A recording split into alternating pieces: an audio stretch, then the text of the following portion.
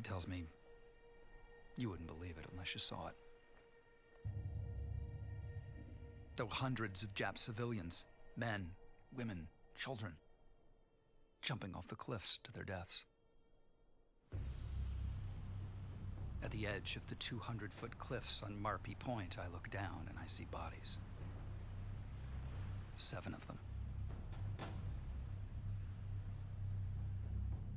This is nothing, the Marine says. There are hundreds of them further down.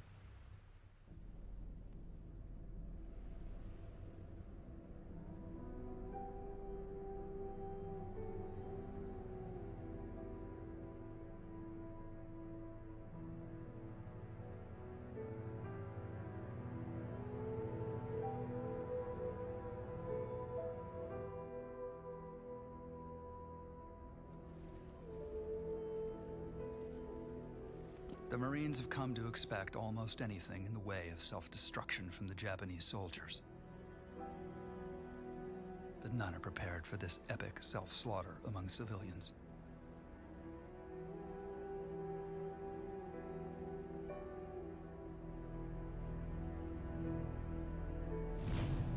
The civilians on Saipan are committing mass suicide out of fear instilled in them by the Japanese military. Fear that the American troops are monsters who will rape, torture, and murder every single man, woman, and child. The civilians have been conditioned to believe that taking their own lives is the only way for them to escape brutality.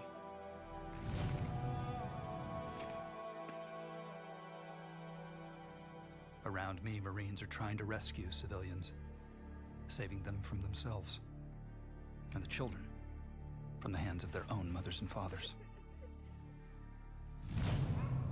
They set up loudspeakers and ask a surrendered civilian to convince the others to come out of their caves. He tells them, surrender. Don't jump. We were given food, water, and safety. You won't be harmed. Surrender.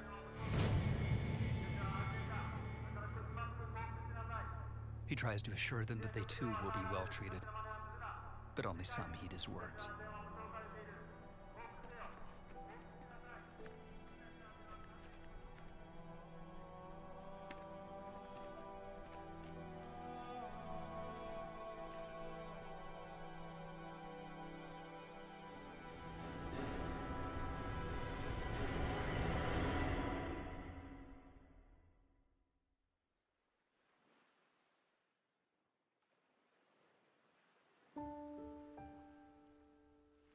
There are stories of fathers who slit their kids' throats before tossing them off the cliff. And about a mother who drowned herself while giving birth.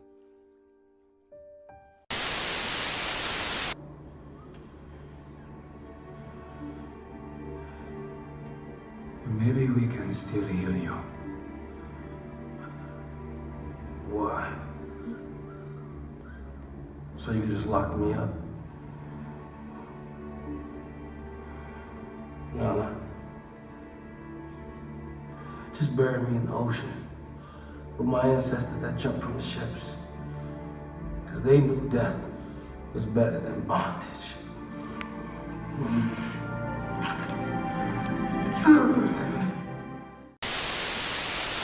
Black community, but I'm not just that. I feel like one thing is people try to minimize me to artists, hip hop, black community. Yeah, I'm always gonna represent that, but I also represent the world. When you hear about slavery for 400 years, that sounds like a choice. Like, you was there for 400 years and it's all of y'all? You know, like, it's like we're mentally in prison. Now, I let that play out because I want y'all to grasp what I just showed y'all. The Japanese killed themselves because of, the fear and honor of not being, under control of the Americans, because that's all they wanted. That's all they wanted. And if you look at the internment camps and how they were treated there, you had World War I veterans, U.S. Japanese citizens, that still were kicked out of their homes and put in internment camps because of quote-unquote Pearl Harbor.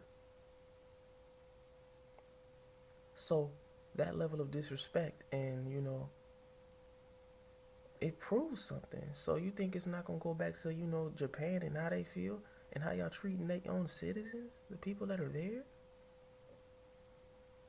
And then they hear the stories about slavery, and then you know how their people being treated in those internment camps. They can be killed inside of there, and you know there will be little to no consequence for, you know, the guards of those internment camps, whites, killing those Japanese. So, trying to paint the picture as if, you know, they're doing wrong by doing that. And I put up that Black Panther Killmonger scene of bury me in the ocean with my ancestors because they knew what death was, or something like that, along the lines of something like that. Black people praised it on Twitter, praised it to death. Kanye West basically says the same thing. And now everybody is up in arms. It's the hypocrisy. It's the fake outrage. And I have this comment up as well that my boy La Flamin' Boomin left, you feel me? And it was I just want to correct him on his tweet, on his comment that says, also remember you made a video on this on your College Kid channel. I think the hashtag was tweet like the 1800s. It was tweet like the 1600s, but Black Twitter's collective response to serious issues and past trauma of black people is to make tasteless jokes. You also got black people defending white people for making the same jokes and laughing at them. Of course. And when I did that tweet like the 1500s video, it got flagged down. It got flagged down. But it's okay for them to talk about it on Twitter because I was addressing the serious issues behind it. Black people were calling white people master on Twitter, calling them master, and if when you try to reach for the cornbread, got all type of slave gifts, and you know what I'm saying. I'm like, this the weakest shit ever. Y'all gotta be the weakest motherfuckers alive. It's crazy. So, you know, of course they're making a big deal out of this, but they really don't care. And I didn't see if that hashtag, if slavery was a choice, you know, and it's made by Black Twitter. Of course, Black Twitter is the most hypocritical thing ever, bro. If there was a time in which you would twist this around and it was white people saying this stuff, they'll try to, you know, deactivate Twitter. See, the thing about this Kanye West thing is this, bro.